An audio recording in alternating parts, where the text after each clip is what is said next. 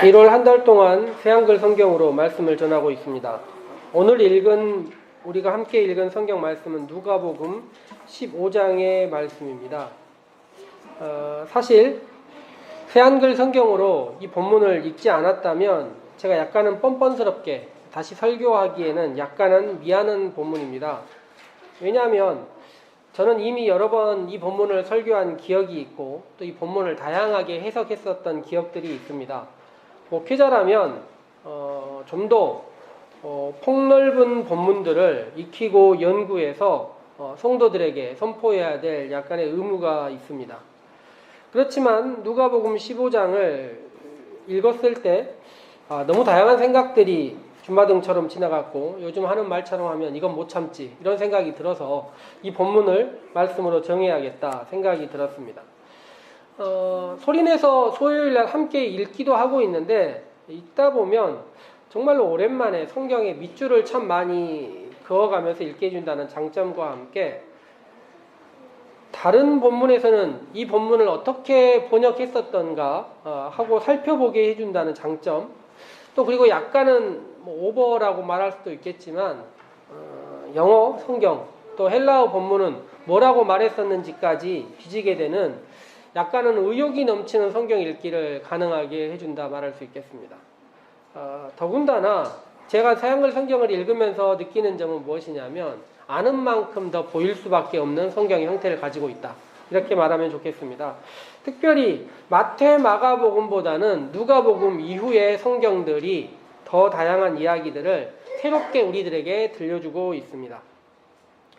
아무튼 2월달까지는 이 새한글 성경에 있는 본문으로 말씀을 전하려고 하고 있으니 더군다나 다음 주에 설명절이 다가오고 있으니 새해라는 개념이 우리에겐 2번이나 주어져서 뭔가 다시 결심할 수 있는 힘 같은 것 이런 거 주니까요.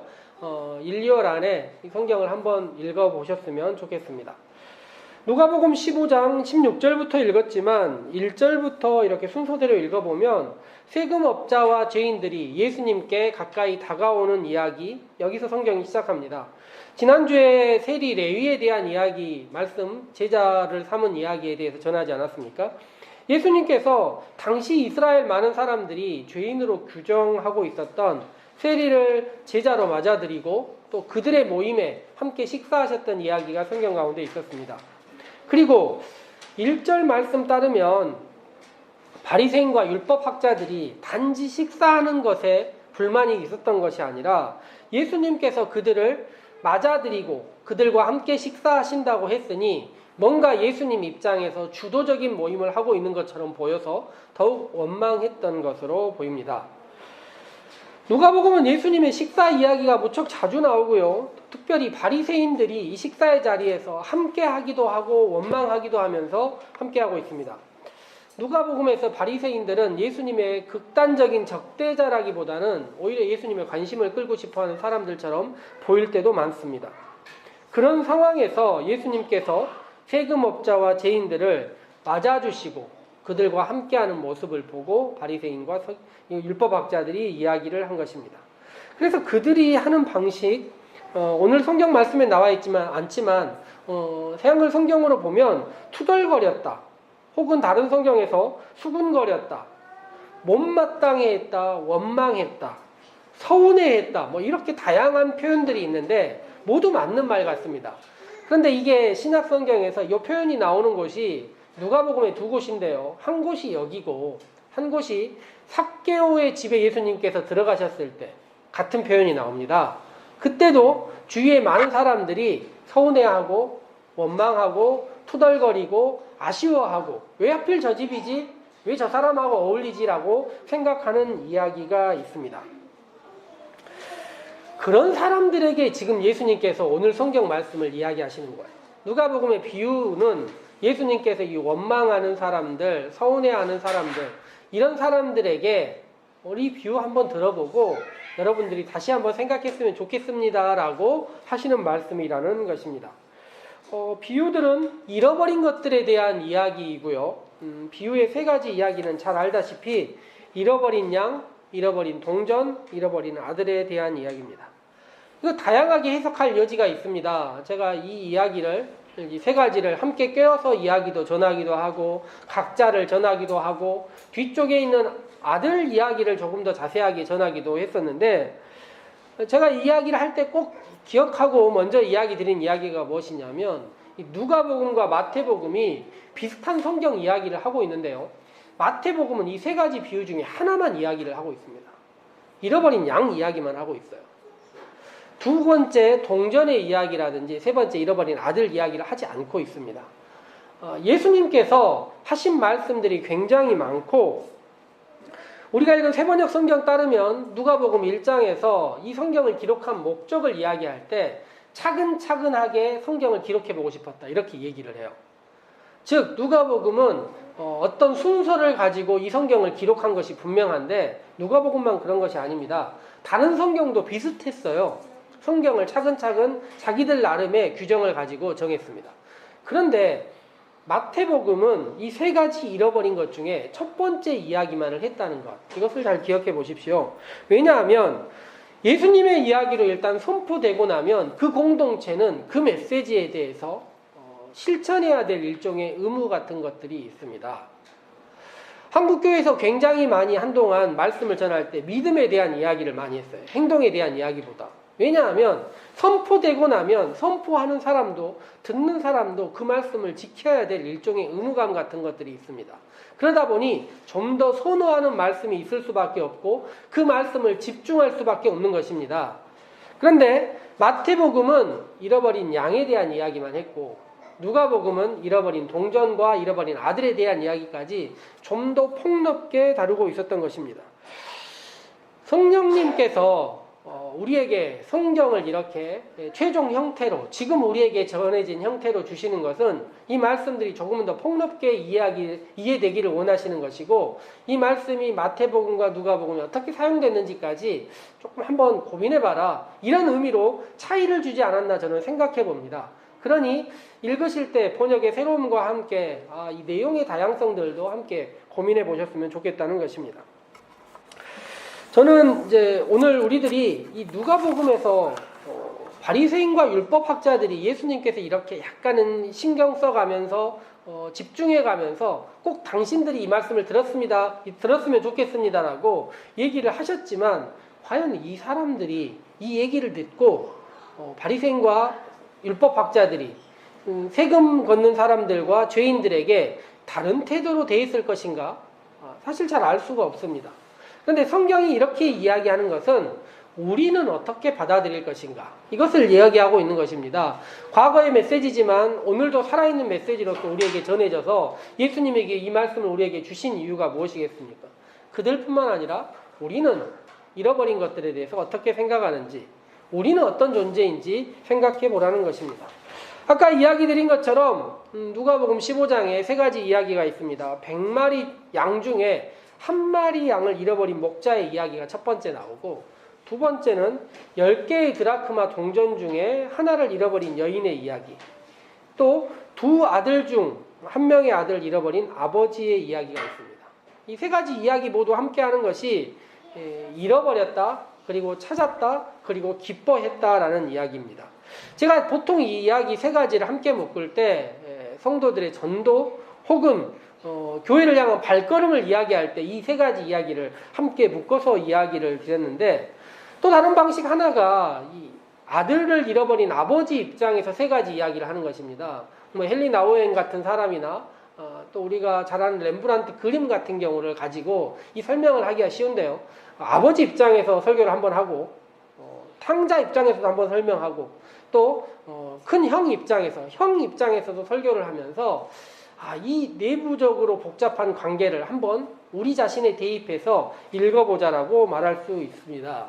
이것은 무척 고민의 여지도 많고, 우리는 첫째인가 둘째인가 생각하고, 우리에게는 아버지의 마음이 있는가 생각하고, 어머니는 왜 없는가까지 생각하면서 굉장히 다양한 이야기를 할 수 있는데, 오늘은 그 다양한 이야기가 아니고 오늘은 탕자, 집을 나간 아들에 대한 이야기를 집중해 보도록 하겠습니다.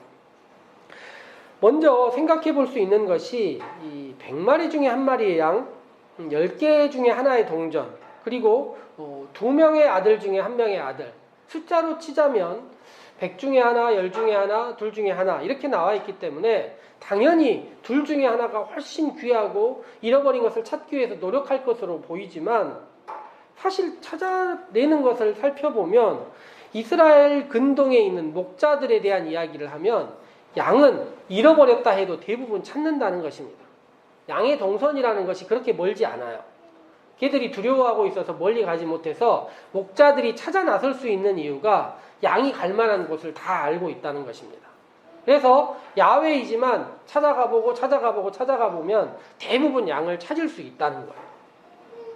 두 번째로 10개의 동전 중에 하나, 그냥 우리가 있는 100원짜리 10개 중에 하나가 아니라 당시에 여러 가지로 따질 수 있지만 이것은 여성들이 함께 가져오는 지참금 혹은 장식품 정도로 생각하는 것이 더 낫다는 이야기가 많습니다. 즉 하나가 아니라 10개가 한 묶음이라는 거예요. 그 중에 하나가 빠지면 하나가 빠진 게 아니라 10개 전체가 없는 것과 마찬가지입니다. 그래서 집안을 쓸고 닦고 해가지고 어차피 이 안에 있으니 뒤져보는 것, 이것이 10개 중에 하나의 이야기입니다. 즉 100개 중에 하나도 찾기는 쉽지 않겠지만 찾을 수 있고 10개 중에 하나도 쉬운 일은 아니지만 찾아서 완성시킬 수 있는데 문제는 이 둘 중에 하나, 아들의 이야기가 약간 차이가 있습니다. 알다시피 성경에 보면 이 아들이 먼 지역, 먼 나라에 갔다고 이야기를 했고 당연하게도 찾을 수가 없습니다. 오늘날도 이 100 중에 하나와 둘 중에 하나보다 10 중에 하나보다 이 둘 중에 하나가 훨씬 찾기 힘듭니다. 자기 발로 나간 것이고 어디 있는지도 알 수 없고 막상 찾는다 했어도 데려올 수도 없다는 것입니다. 게다가 성경 마지막을 찾아보면 다른 것 찾았을 때는 기쁨이 당연하게 있었는데 이 마지막에는 기쁨이 없었어요. 그래서 아버지가 하는 말이 기뻐하면 좋겠다라고 이야기를 하는 것입니다. 즉 둘 중에 하나가 가장 찾기 어렵다는 것입니다. 찾을 수 있는 유일한 희망이 무엇이냐면 아들이 정신을 차리는 것입니다. 나갔던 애가 정신 차리는 일이 보통 어려운 일이 아닙니다. 나간 정신을 갖고 있는 애가 제정신을 가지고 돌아온다는 건 여간 어려운 일이 아닙니다. 그런데 성경에 보니까 이 아들이 정신을 차렸다는 거예요. 이게 놀라운 일입니다. 흡사 기적과도 같은 일이에요. 양을 넓은 광야에서 찾는 것보다 집안 보이지 않는 집안에서 등불을 켜고 쓸어가지고 소리를 듣고 동전을 찾아내는 것보다 아들이 돌아오는 일이 훨씬 더 놀랍고 어려운 일이라는 것입니다. 아들이 떠날 때 어떻게 떠났습니까?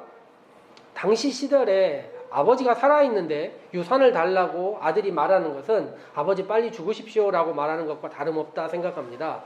그래서 아버지의 땅을 중에 일부를 받아서 그 땅을 헐값에 팔아넘기고 떠난 아들 이야기를 하면서 그 땅을 바라보면서 아버지를 바라보면서 형을 바라보면서 동네 주민들의 수없이 많은 모욕과 수없이 많은 이야기들 이런 것들이 도처에 있습니다. 그것을 남겨둔 채 아들이 떠난 것입니다. 아버지의 명예를 땅에 떨어뜨리고 아들은 떠났습니다. 떠나서 몇 년간은 행복했던 것 같습니다. 낯선 곳에서 환대는 쉽지 않지만 재물이 있는 사람에게는 일정 정도의 환대가 있습니다. 그들에게 유익이 될 때만 받아들여집니다.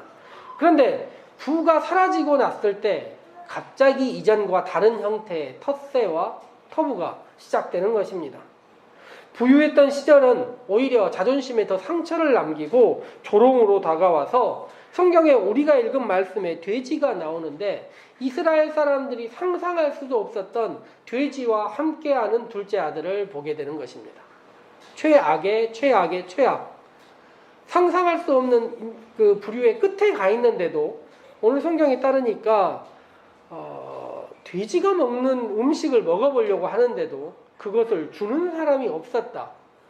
어떤 상상을 해도 그보다 더 낮은 상태까지 가게 된 것입니다. 그래서 17절에 나와 있는 것처럼 제정신이 돌아옵니다.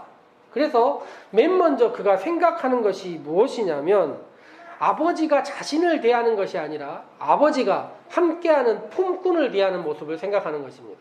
자신이 품꾼이 돼 보니까 아들 그 입장은 상상도 못하고 품꾼의 모습만을 상상하고 있는데요. 아버지가 품꾼을 대하는 모습을 상상해 보니까 그 아버지는 자신이 지금 당하는 것처럼 하지 않았다는 것입니다. 아버지 안에서는 인간과 같은 모습으로 살 수 있겠다 생각이 든 것입니다. 아들이 했던 생각이 이거예요.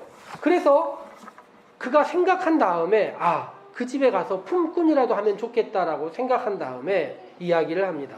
오늘 성경에 보니까 18절 말씀에 17절까지는 생각이고 18절에 이런 생각을 자신의 입으로 이야기합니다. 일어나서 아버지한테 가서 말할 거야. 오늘의 설교 제목처럼 그가 이렇게 얘기를 하는 것입니다. 아버지한테 가서 말할 거야. 뭐라고 이야기를 합니까? 아버지, 제가 하늘을 거슬러 아버지 앞에 죄를 지었습니다. 더는 아버지의 아들이라 불릴 가치가 없습니다. 저를 품꾼의 하나로 삼아 주십시오. 처음에 이런 말이 자존심 강한 아들 입에서 나올 리가 없습니다. 그는 처음에 속으로 이런 이야기를 반복해 봤겠죠. 그리고 아버지를 만난다면, 아니 아버지 주위에 있는 모든 사람을 만난다면, 동네 사람들 모두를 만난다면 똑같이 말할 거라고 생각을 했겠습니다. 더는 아버지의 아들이라 불릴 가치가 없습니다. 저를 품꾼의 하나로 삼아 주십시오. 얼마나 이야기를 많이 해서 사람을 만날 때마다 회개의 기도처럼 이 이야기를 하고 아버지 앞에 다가간 것입니다. 아들은 자신의 행동들 그리고 그 결과들을 보고 있었던 것 같습니다. 낭비해버린 것들, 떨어져버린 아버지의 명예, 그리고 자신의 배고픔과 수없이 많은 거절감, 사람들의 냉대, 부정한 것들과의 접촉까지 생각한 것입니다. 그렇지만 상상만으로도 아버지와 함께하는 순간 많은 것이 달라집니다. 무엇을 하지 않아도 선물처럼 주어지는 만남과 기다리는 사람들, 그리고 보호, 달려와서 안아준 것 같은 상상할 수 없었던 압도적인 경험을 하기 시작할 수 있다는 것이죠. 성경에 따르니까 그가 아버지에게 갔는데 아직 그가 멀리 떨어져 있는데 아버지는 그를 기다리고 있습니다. 그의 아버지는 그를 보고 누구보다 먼저 달려갑니다. 제가 이야기 드릴 때 늘 하는 이야기처럼 조선시대 선비처럼 이스라엘 유대인들은 뛰지 않습니다. 뛰지 않는데 아버지가 달렸어요. 왜 달렸겠습니까? 동네 사람들과 함께하는 많은 사람들과 행여라도 형이라든지 많은 사람들에게 아들이 모욕당하는 것, 지탄을 막아보고자 아버지가 달려간 것입니다. 그리고 다정하게 입을 맞췄다고 했는데 이것은 반복되는 형태를 말하고 있습니다. 아버지가 아들을 계속 입 맞추고 계속 껴안아주고 있었다는 것입니다. 이런 압도적인 환대의 경험, 전혀 새로운 경험 앞에서 아들은 자신이 했던 기도를 다시 합니다. 아버지한테 가서 말할 거야 라고 얘기했던 그 기억을 가지고 아버지에게 이야기를 합니다. 아버지, 제가 하늘을 거슬러 아버지 앞에 죄를 지었습니다. 더는 아버지 앞에 아버지의 아들이라 불릴 값어치가 없습니다. 그가 했던 말의 마지막이 무엇이었냐면 저를 품꾼의 하나로 여겨주십시오 였습니다. 그런데 이 말을 하기 전에 아버지는 아들의 입을 막는 것입니다. 이 말까지 하지 않도록 아버지가 아들을 끌어안고 다른 말들을 하는 것입니다. 모두 듣지 않아도 그 말을 하지 않아도 아들이 어떤 마음을 가지고 왔는지 나를 찾아왔는지를 알고 있습니다. 제가 아는 이야기 중에 제가 아는 노래 중에 어렸을 때 가장 많이 들었던 노래 그리고 나이가 들어서 들은 노래 중에 가장 큰 변화가 왔었던 노래가 모차르트의 반짝반짝 작은 별이었는데요. 이 노래 원래 제목이 어머니께 모두 말할래요 입니다. 프랑스 민요였다고 이야기를 하죠. 근데 이 곡이 변주가 되어서 모차르트에 의해서 바뀌어졌고 그리고 우리가 모두 아는 그 노래로 현재 변경되어서 전 세계 사람들에게 들려주고 있는 것입니다. 동요처럼 이야기하고 있는 어머니께 모두 말할래요 라는 이야기가 있는데 저는 오늘 새한글 성경 누가복음 15장 둘째 아들이 했던 말 아버지에게 가서 말할 거야 이런 말이 누군가의 입에서 성인의 입에서 나왔다는 것은 너무나 아름다운 말이라고 생각되었습니다. 회개 혹은 돌이킴 이런 말에게 우리에게 익숙하고 무엇인가 잘못했을 때 우리가 어떤 말을 해야 되는지 잘 모를 때 누가복음 15장 18절은 우리에게 알려줍니다. 아버지한테 가서 말할 거야. 내가 어떤 존재인지를 이야기하겠다고 생각하고 그 결심하고 일어서 있는 순간 이 모든 일들에 새로운 변화와 우리가 상상할 수 없었던 환대와 초대가 이루어지는 것입니다. 우리의 신앙이라는 것은 우리를 기다리는 존재에 대한 믿음입니다. 우리가 신앙 가운데 더 나은 존재로 살아야겠다고 다짐하고 그렇게 살아보지만 사실 우리의 삶이란 부족한 존재이기 때문에 넘어질 수밖에 없고 실패할 수밖에 없다는 것을 우리 또한 알고 있습니다. 제자라고 부름받았지만 여전히 넘어지고 실족하고 걸려 넘어집니다. 그렇지만 우리는 그 실패가 우리의 삶의 끝이 아니라는 것을 알 수 있습니다. 우리를 기다리고 있는 분이 있다는 것을 알고 믿고 있는 것만으로도 아버지에게 가서 말할 거야라는 이런 말을 할 수 있는 분이 우리에게 있다는 것을 알고 있는 것만으로도 우리의 신앙은 한 단계 더 성장하고 더 나은 신앙이 될 수 있다는 것입니다. 우리가 예배 가운데 나온 이유가 무엇입니까? 우리가 더 나은 존재로 살고 제자로서 올바른 삶을 살아서 뿐만이 아닌 것입니다. 우리를 그렇게 찾아온 우리, 실패하고 행여라도 넘어진 우리를 달려와서 안아주시고 입을 반복해서 맞춰주시는 하나님에 대한 신뢰와 믿음이 우리의 신앙을 만들어낸 것입니다. 1절 말씀 이야기 드렸었지만 세금업자와 죄인들이 모두 예수님께 가까이 오고 있었습니다. 흡사 아버지에게 다가오는 둘째 아들처럼 말입니다. 아버지에게 가서 말할 거야 라고 이야기하는 사람들처럼 세금업자와 죄인들이 다가오고 있었습니다. 그러니 그들을 바라보는 예수님의 마음이 어떤 마음이었겠습니까? 달려가서 그들을 안고 그들을 향해서 나무라는 모든 사람들의 원망과 투덜거림과 서운함을 예수님이 받아내시려는 하는 그런 모습을 볼 수 있습니다. 우리의 삶은 어떤 삶이어야 될까요? 우리는 더 나은 존재로 제자들처럼 일주일을 살아낼 것입니다. 그렇지만 행여라도 넘어지더라도, 행여라도 실패하더라도, 행여라도 우리가 우리의 기대에 못 미치더라도 너무 어려워하지 마십시오. 우리를 여전히 안아주시고 맞아주실 주님께서는 우리를 받아주시고 예배 안에서 다시 우리에게 새 힘을 주시고 더 나은 신앙인으로 우리가 성장하도록 늘 붙들어 주시기 때문입니다. 말씀과 함께하는 일주일이 주님을 더욱 신뢰하는 일주일, 우리를 기다리시는 주님과 더욱 만남을 기대하는 일주일로 살아갈 수 있는 우리 살림의 모든 성도들 되기를 소망해 봅니다. 함께 기도하도록 하겠습니다.